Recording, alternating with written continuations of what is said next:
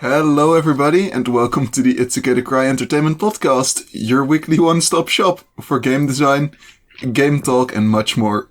I'm Misha and this week I played Oxygen Not Included, which is a really cool base management game that made me convinced that I might actually like that genre.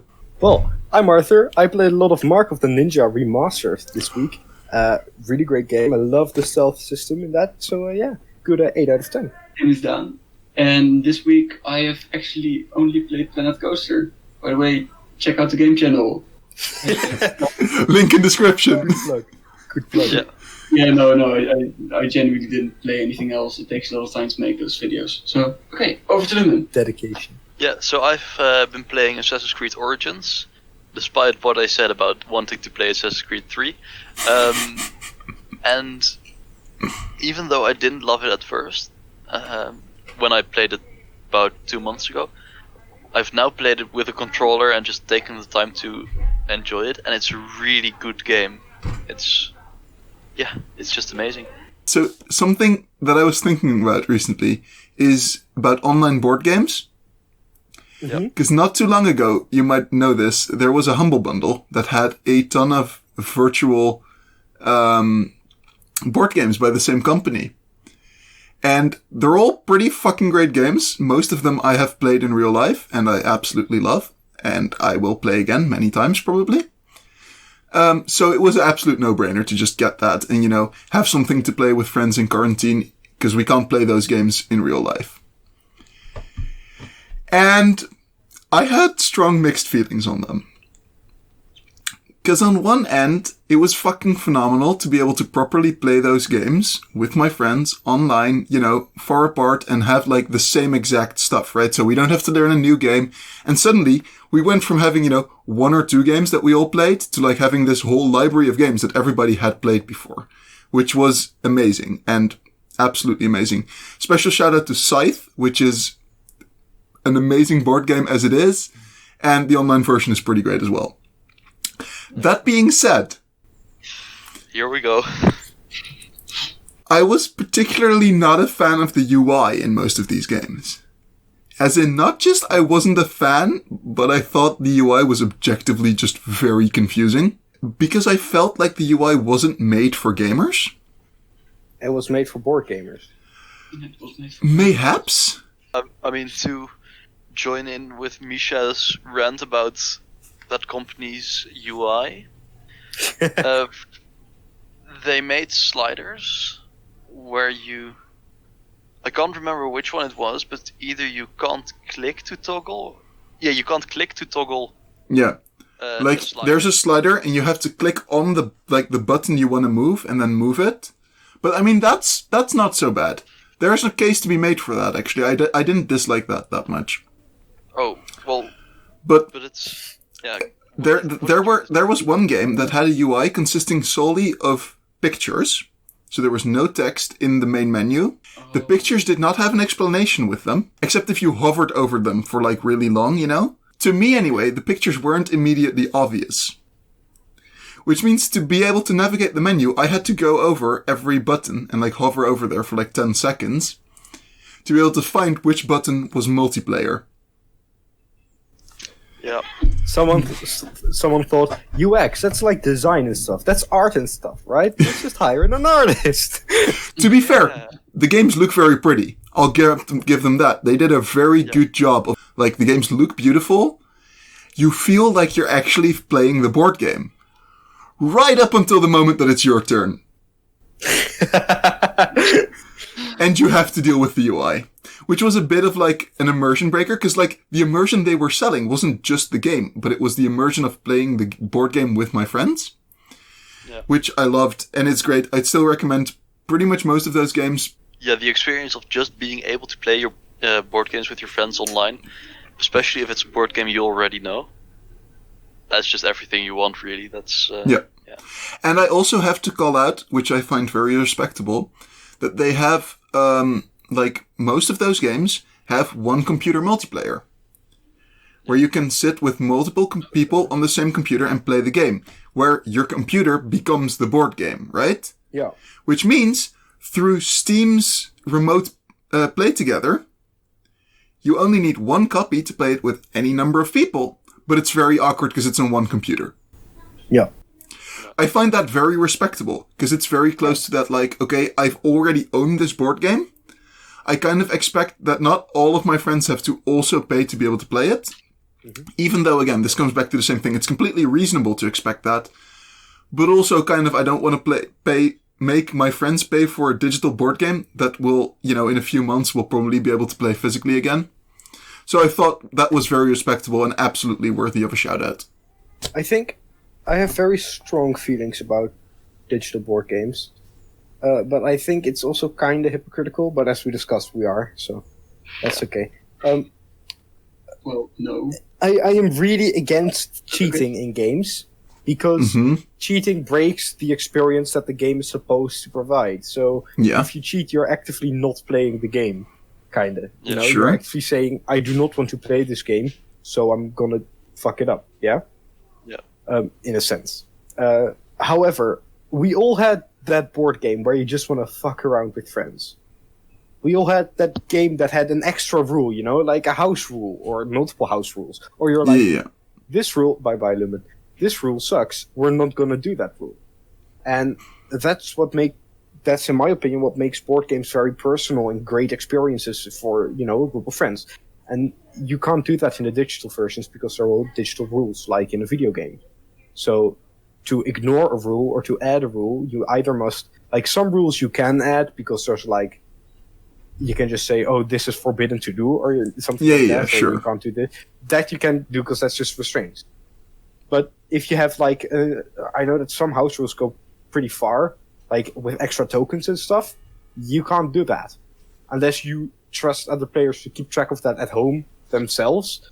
But that's a mess. That's terrible. And another reason why I'm not per se against it, but why I never see myself buying it, is because you have Tabletop Simulator, which is literally just... Well, okay, so for the record, this wasn't in Tabletop Simulator. There's this studio, I think they're called Asmodee. So they have like a big amount of digitalized board games. It's not in Tabletop Simulator, it's just like one game, and this game is Carcassonne. Right? And then there's one game... that it was in Tabletop Simulator, but that you could make it in Tabletop Simulator. Why would I buy Carcassonne standalone and like Monopoly standalone and another board game standalone when I could buy Tabletop Simulator, set it up? Well, okay. I find Tabletop Simulator to be a bit awkward sometimes. True. There are definitely limitations, yes. Yeah. And moreover, Tabletop Simulator only really gets to that point of having like the good tabletop experience once you like get really used to it. Yeah. So it wouldn't just work to just say, oh, hey guys, just go to my friends and just go, oh, let's just all buy Tabletop Simulator and play a ton of games there. Yeah. But it's much easier, especially because we had some friends that weren't that into gaming, but, that still bought these games, and we could easily just play these games together online, no hustle. Pretty great. Yeah. So that being said, Tabletop Simulator is pretty amazing, and it does solve your problem of, like, you can just make your own house rules. Yeah, because that's the thing that I really like about games, is that you can really personalize them and really, make them your game. Even though I'm very much a forestander of you can have a great party online or, like, a great friend experience online, there is something about actually being there physically with your friends, being able to fuck around with each other, figuratively or literally, I don't know how your friend group works. But just, sit there at the table, play the game. And if you remove that element and also remove the personalization of the board game, it lacks that kind of community spirit that makes a board game, in my opinion, which makes it not worth the buy. Yes, I get that. I don't fully agree. I think part of the board game is just spending time with your friends, which you feel should be physical, but for me, having played these board games, it gets the same sensations. Like, when my friends are in a Discord server, I don't naturally join them, basically. I feel a base reluctance to join them if there is nothing to do. And if we do one of these board games, I feel like I can just do the board game. We don't need to have that much interaction, and we can just be together-ish. Be having a shared experience. I feel like those online board games do it in a great way, in the best way possible, without having to physically be there. Right. Because I think you're hitting on that where, like, they take away a lot of the hassle. With Tabletop Simulator, you'd constantly have to be, you're not allowed to put the tile there. Oh, whose turn is it? Yeah. And by playing these games online, you kind of take away a lot of that hassle, which really eases the social interaction. Because you can just kind of focus on, we're doing this together, instead of, we're playing a game and also we're doing it together, but, like, we have to, like, really be concise about the rules and everything. Because it just takes care of that for you. Outside of digital board games, by the way, I had bought this board game called God's Forge from Atlas Games, which is amazing. Shout out to that board game. Love it. The box. Okay, that is a very pretty box. Yeah. It's very cool. That was my shout out. I think we got a really interesting comment on our last podcast. Yep. That raised a point I would really like to talk about, which is pricing in games.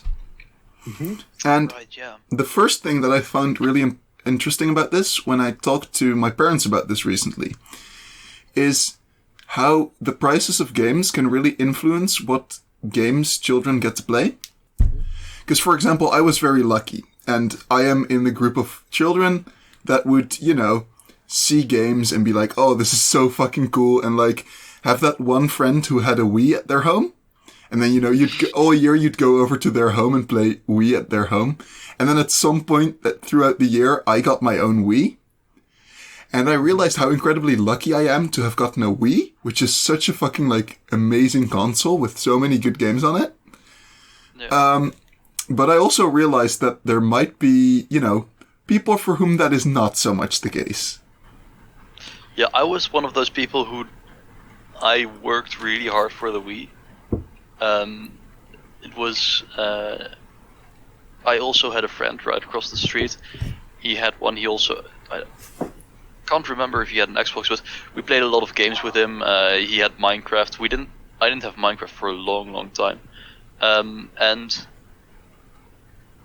yeah, I get what you say. Like, the games you play, they're so dependent on pricing, because at his place we played slightly older games. We played that were on sale. We played the simple games that weren't expensive, but AAA titles that cost €60 to buy. We didn't get those, so that's a really interesting point. Because if you tie that into what the comment said, we say €30 is a lot for indie games, and €60 is a lot is fine for AAA titles. Yeah. The comment was something along those lines, yeah. Yeah, like we're filthy hypocrites and all that stuff. And I think in our defense, we are filthy hypocrites. Yeah, he's absolutely right. That being said, that is not quite the point I was trying to make there, because I think $60 for AAA games is steep, and I think it's steep for quite a lot of people. As in, for the amount of shit and entertainment you get, it's a really good price. Like, as in, if I compare the amount of hours I sink into good AAA games versus, like, a movie, and then look at the price, like, the price per hour is so much lower for games. And, like, that is an argument you could make, and fair enough. But also, $60 is just, for a lot of people, anyway, for me, it's quite a bit of money to just drop on a game. Yeah, and so, definitely. I had saved up a long time to get one Pokemon, Like, there's literally one Pokemon I ever bought with my own money, and I played it to death, and now I don't really play that much Pokemon anymore. So, to then, obviously now $30 isn't the same as $60 when you're, like, a lot younger, but it is an amount of money where I wasn't going to spend that on just checking out if I liked a game more than one I already had. Yeah. But what I found really interesting is if you hear that a AAA game is $30, I by myself immediately think, that's cheap. Like, that's a sale off. That must be a sale, or at least some kind of deal, or it's just a very cheap AAA game, and I'm really lucky that I found this game at this price. And it was interesting that when we had our talk, I did not think of it like that when we were talking about Temtem. I was like, yeah, it's very reasonable to say Temtem is pricey for $30. But I would really like to dive into what makes the distinction between why we say that $60 is average for AAA and $60 is far above average, even $30 is above average for an indie game or a less well-known studio. But why do we make that distinction in our brain, even though they can both be of same quality or even better quality for the cheaper one? I guess it's kind of the same thing with... I think this is going to be a bit of a weird comparison, but if you compare it to cars, if you want to buy a car, then you can go with the cheaper choice, where it can be just as good.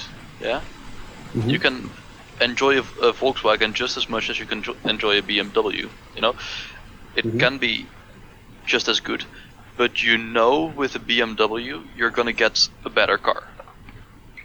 You're gonna get a good car. You're gonna get, and that's the same difference. It's like buying Coca-Cola versus the store brand, basically, and that's the difference. Where the cola you buy, the distinction between there is one choice of expensive cola, where Pepsi and Coca-Cola, and there is one choice in cheap cola. Whereas with indie games, you get this overabundance of store brand games, basically, and you also get less abundant, but you get a lot of choice in expensive brand drinks. And I think that's the main difference, and it's really harsh to say because in essence indie developers do the same as AAA developers. In essence, right. That's why I'm not sure if I totally agree with you. Like the last point, I think supply and demand is absolutely, I think, a factor. Where because all the indie games are freaking we have these standard, with big air quotes, prices, right, in the game industry, and what to expect from a certain publishing level. Even it's kind of the point, right? It's that when there's the Activision name on there, it's going to be about this much. And I think when you go out there and you go, hey, wait, but I'm an indie developer, but I'm putting this price tag on because I know my product's worth this much, I think you just stand out like a sore thumb. And maybe that might work as a marketing tactic, but I think generally it'll probably just get you, you'll just get outcompeted. And I think one of the big things is pirating. Because the AAA developers better security, less pirates. They have been producing since the beginning of games, basically. You've got these big names, and they've been producing for a long time. And in the early 2000s, pirating was, I don't know if pirating is still common, but I don't know. It was. When I was a young kid, I will admit it, I pirated some games. I bought most of them later on, but... I'm naughty boy. But the AAA developers, they say we need to have a price of $60 because a lot of our product is being pirated, meaning we don't get paid for it. Is that one of that is one of the things that is put out there.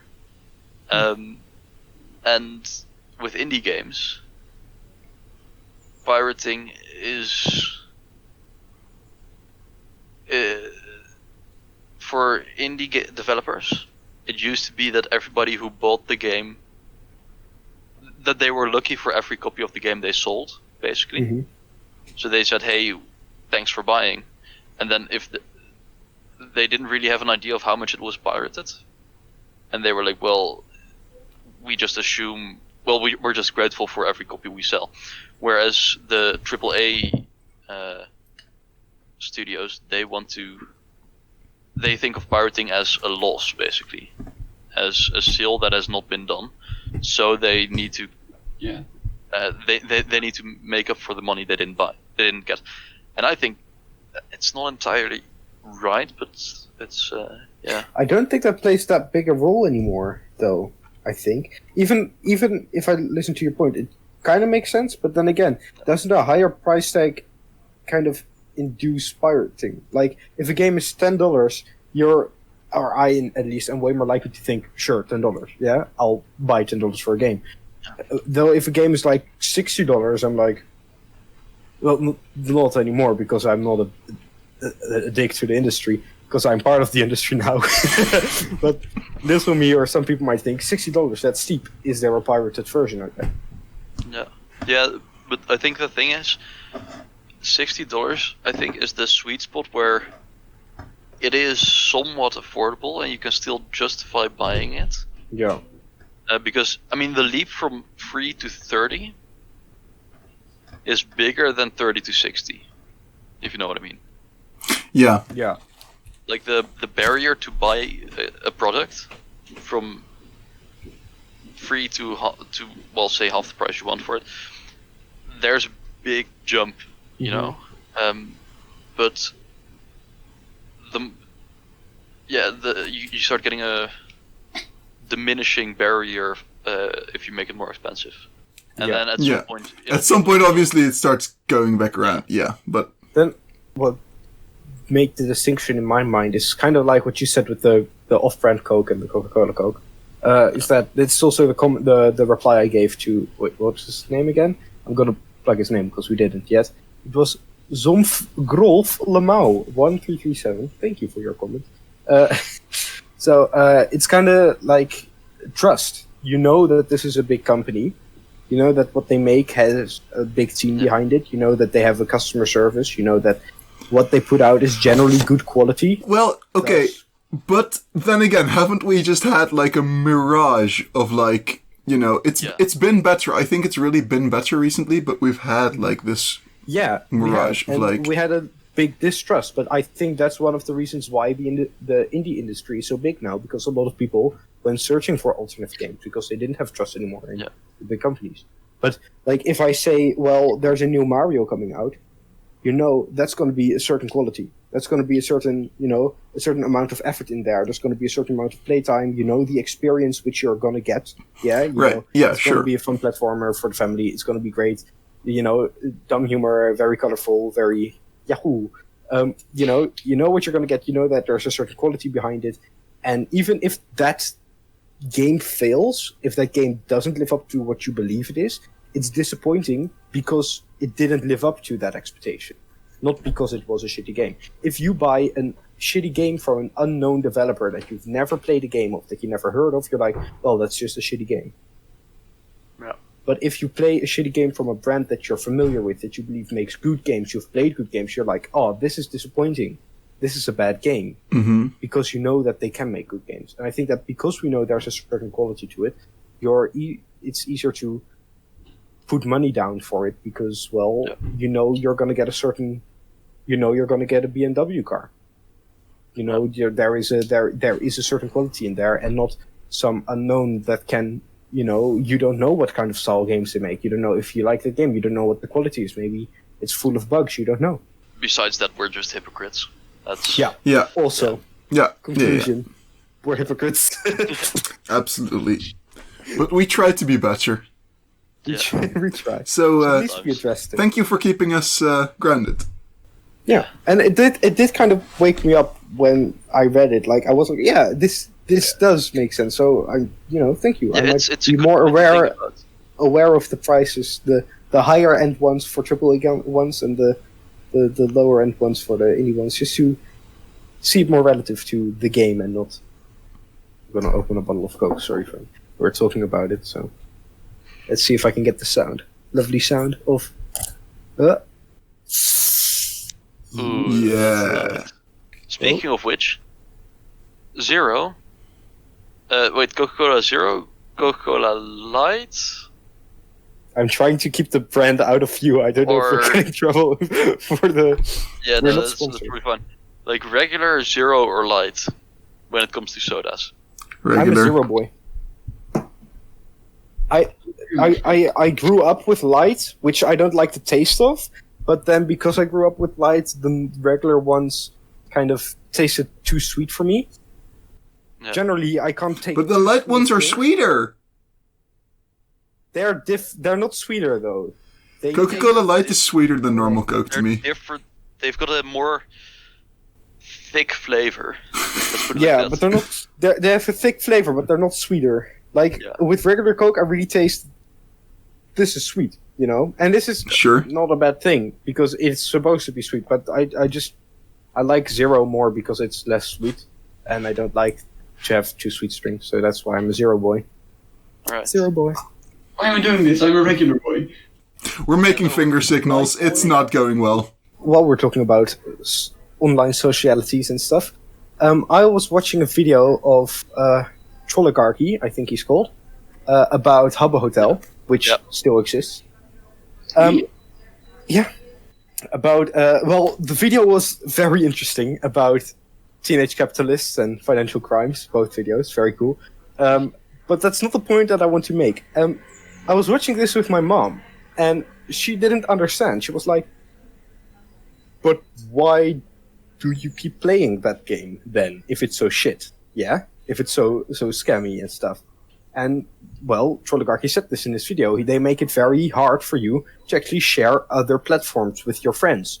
They make it very hard for you to share your Facebook or any other social media because of the restrictions on the chat.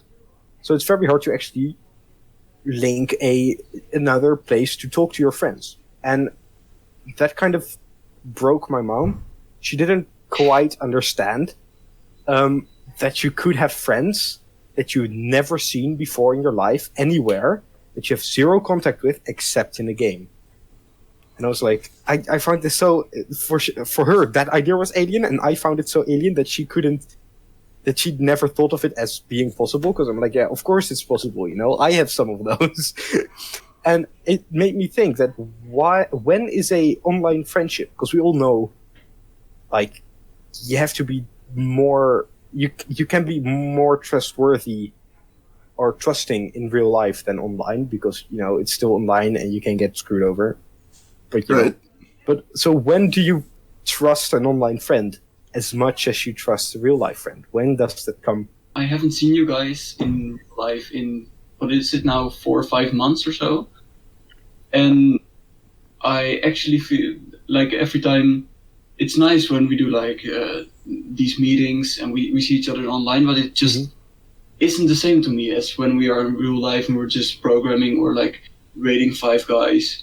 But then again, you already saw us in real life. Yeah. What if you never saw us in real life? Then you wouldn't miss that experience. That's true, but I think that it naturally follows that if you have never met someone online or offline, I mean, that you then naturally just aren't as close. You can be really close, I believe. I think it's at the very least easier to get close to someone offline. Yeah, I believe it's easier, but is it possible to get as close as like your closest real life friend? I don't think so. I think the relationship's inherently different. I love talking and playing with a lot of people, and I would say I've made some great friends from all over the world through playing games, and I think it's really great for that. I also think that games are actually really good. Despite the, you know, anti-French rants we've had on this channel and everything, I think games are genuinely a really good way to connect people who wouldn't naturally connect, but to like show them how they're really the same. And like, you know, I think there's just a really great platform for sharing the human experience. I also think that when you're like getting into friendship territory and like really good friendship, there's, you know, not like just like, oh, it's a good friend of mine, I'll share like some shit, but like, you know, getting into like the best friend territory, I think somehow there would be, for me anyway, there is this sort of thing of knowing that they exist in almost a separate world that does sort of make a difference there. Because I touched this on a different podcast, I don't remember which one, but one of the earlier ones that we came to the conclusion that I use MMOs pretty differently than you guys. Yeah. So I use them really as a social platform. Thus, I made a lot of online friends. Definitely back in the day when I was playing a lot of MMOs, but now too, I still have online friends which I haven't never seen. And some of them, not all of them, of course. You make a lot of just cool people to hang out with, but not really friends. And with that, I understand completely what you're saying, because my casual online friends, I, in a sense, it sounds harsh, trust them less than my casual real life friends, just because I know my casual real life friends are there in this world. You say that is my world instead of this separate world. But then again, I also have some friends that I've never seen, which I have really also very good friendship with, and very deep and personal talks also, transmitting and receiving them. We had some really, sometimes that you can really just, some conversations and things we shared that are really your core friend group that only knows of that. And I think that really brings him into my, circle of top friends, even though I have never seen him. And I think that makes me kind of biased to say that it must be possible because I have one of them.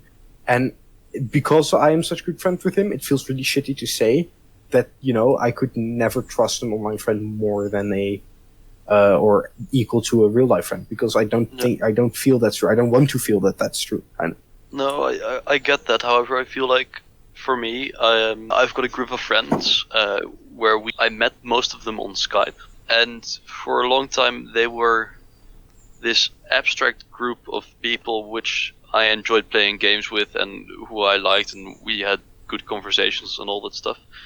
But it was only when we actually met in person that for me that friendship got elevated to the next level. And from that standpoint, I would say yes, you can be really good friends with someone online, but for the best friendship and the best connection, you do really need to be face to face and actually meet. I went through basically the same thing, right? I think for me it's quite the opposite, actually. It's quite a few of those people became, to me anyway, very close friends before I'd ever met them in real life. Quite a few of those who were better friends than my, at that time, IRL friends. It really didn't matter to me, I think, if they were in the same world as me or not.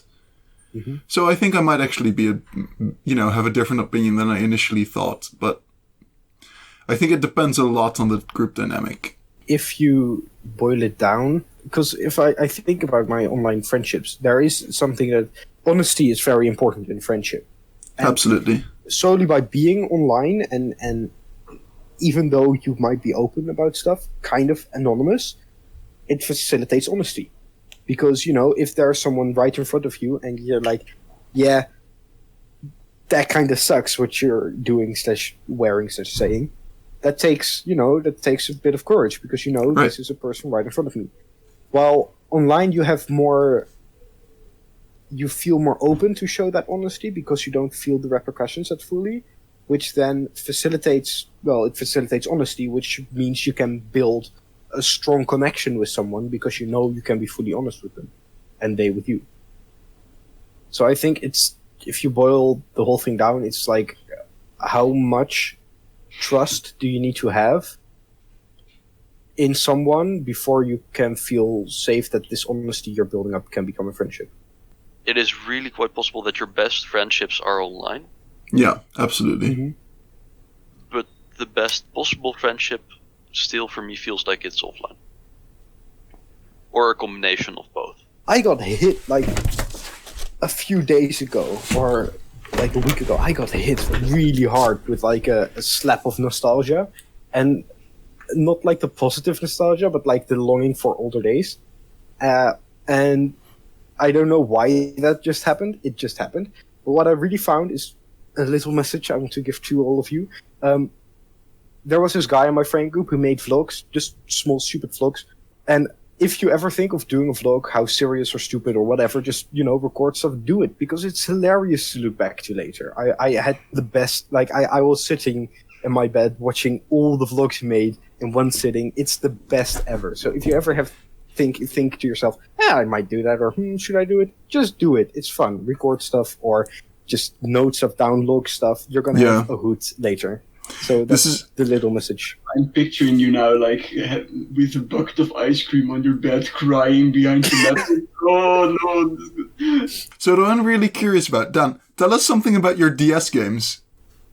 Oh, yeah, of course. Oh, I got it right here. My DS. My old DS. My own slap of nostalgia, if you will. True. Yeah, no, I've played most of, what was the new Super Mario Brothers? Yeah. Not the real classic one, but like one of the classics. I have 2 separate installs on my DS apparently, and on both of installs I have 3 saves which are completed. Wow. Nice. I gotta respect that. Serious hours. No, I got this. I got it from my parents when we were going to family in the United States. So that's a 12-hour flight to Los Angeles. And my parents were just not ready to deal with me and my brother, who was 4 years younger, 12 hours on a plane, keeping us entertained. So they just bought a DS. Nice. But yeah, I had like all the great shit, all the Mario, the old FIFAs. Like I was so bad at FIFA, but it was FIFA on the DS. Yeah, FIFA 7 and 9. 7 and 10 I had. Oh, I remember I never played a portable FIFA game. It's like you can count the pixels in a guy's head. Like it's legit 7 or 8 pixels for the head of a player. Nice. Yeah. But like I remember them all so fondly. So it's like The thing I remember about New Super Mario Bros. Is like playing with my friends, because it was one of those games that like you would play on your own, but it had multiplayer. Yeah. And I spent... Yeah. There were like 5 or 7 multiplayer levels, and they were fairly small, but we'd play them for fucking ever, and it was the best thing. It was just, I had this youth friend. We were playing like Mario for days on end. Like we had the sleepovers, and then we stayed up till 6 in the morning just playing on our DS, and then we had to go to sleep because his or my parents were waking up and else we would get busted and they would become mad. So we were just we're gonna sleep at 6 then. Nice. Good LAN parties. And to be 12 again. 2 single players, but still. Man, I always had like I was really late with the handheld party kind of thing. I had my from pretty early on. I had my Game Boy Color, which is the best. Like, still, my fondest memories of handheld gaming is on that thing. I love it. I got and then the next handheld game device that I got was like my 3DS when I was halfway through high school. Oh yeah, no, that's a bit of a gap. Yeah, that's a bit of a gap. So I never had that DS experience, sadly. Never had the R4 card experience and all the other stuff. Oh boy. Just skipped way through Mario 3D Land and then.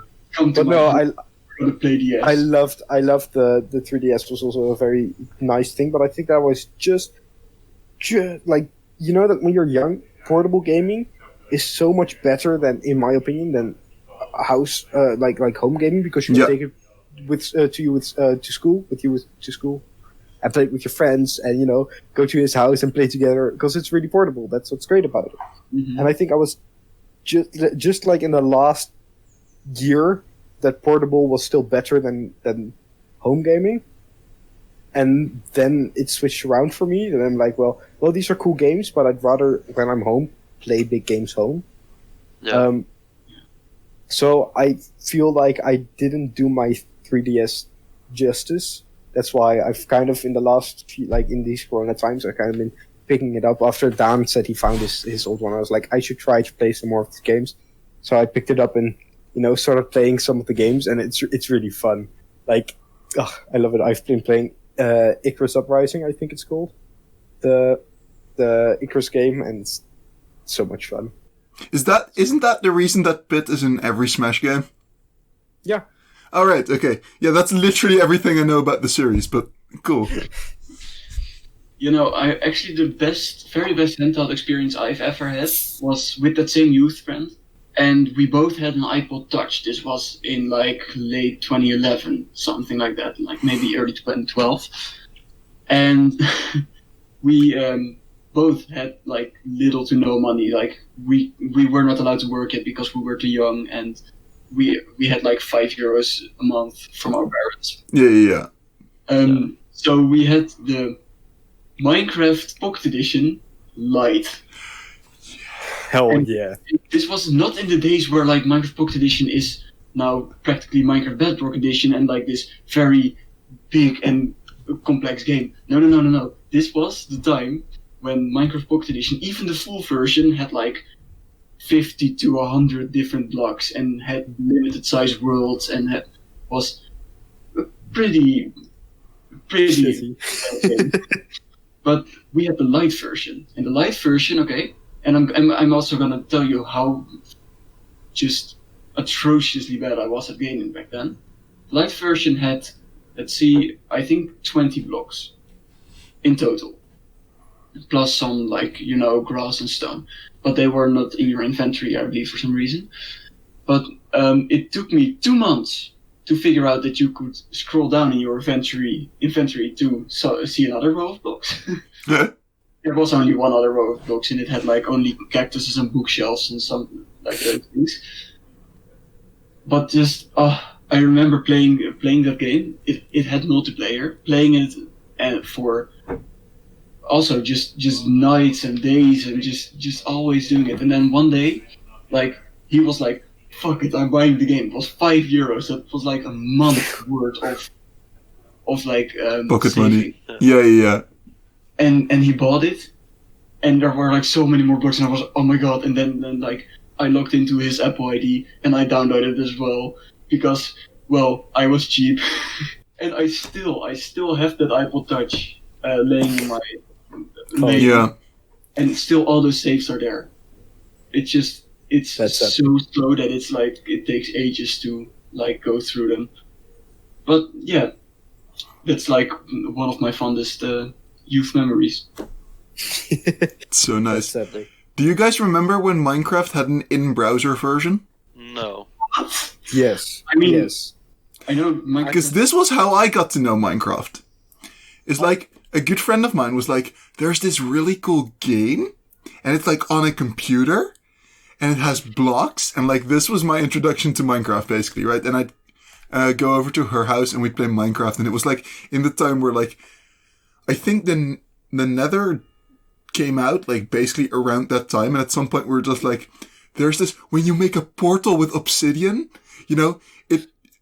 because when that feature gets introduced and you're this young, it just feels like that secret was always there, but you just had to discover it. Like, and it just, I remember that made me feel like, how many more secrets does this world hold, It made me so curious to explore it. No, I remember like when I first heard about seeds in Minecraft, like the world generation seed. I thought that like if you enter a seed and you build something in the world, then if you enter that seed, that seed, yeah. So I opened the world on the seed, and I found a lake, and I completely filled the lake with gold ore because I thought gold was the most valuable resource in the game. So then it was in a creative world. And in the survival world, I went back and I was so disappointed to find that there was just still a lake.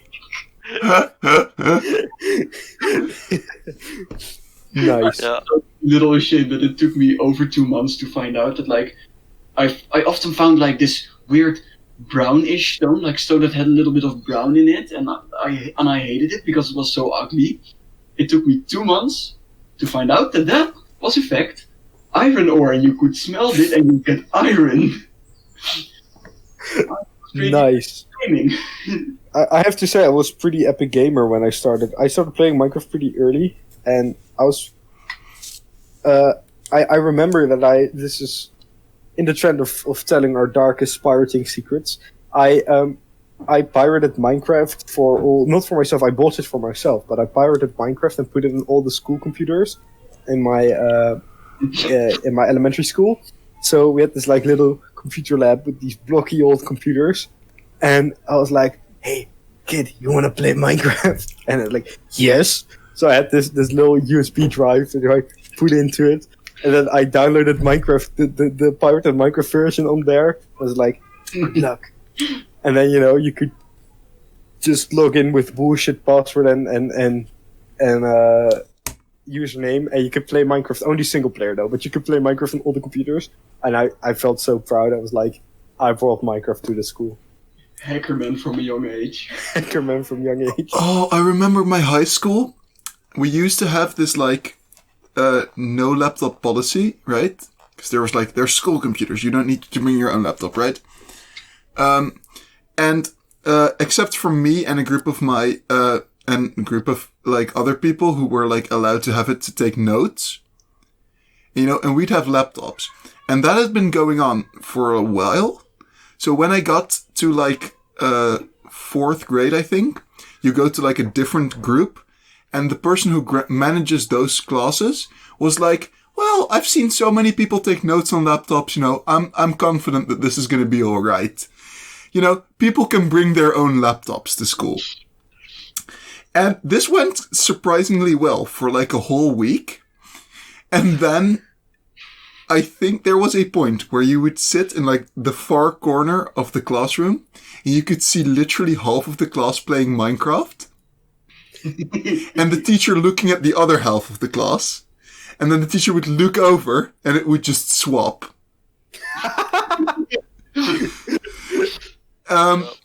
Yeah, I don't think that was very good for educational reasons, but we had some fun times. It got nipped in the bud fairly quickly, though, because I think a large part of people actually started to realize that you fuck yourself over in free time when you play Minecraft at school, and another group of people probably just got caught, and at some point, the ban on laptops became a bit more strict, and people, I guess, surprisingly got some responsibility, and we pretty much stopped playing Minecraft in class. But for like a whole month, that was heaven. So I'm about to have dinner, so let's do some hypotheticals. Let's say weights, ice packs, and Tupperware dishes. What fresh hell have you unleashed upon us? Hold up. Weights, ice packs, and Tupperware dishes. Yes. Yeah. No. We're gonna have to do a big cut here, aren't we? Yeah. No, drinking bottles, a knife, and placemats. Okay. A barrel, a porcupine, I think, and a cup. Okay. A power bank, a microwave lasagna, and a jar of mayonnaise. Alright, these were the things that are in our rooms, but really shouldn't be. We've been Educated Cry Entertainment. I hope you enjoyed our podcast. Don't forget to like, comment, and subscribe. And if you enjoyed, hopefully we'll see you in the next one. Goodbye. Bye-bye. Bye.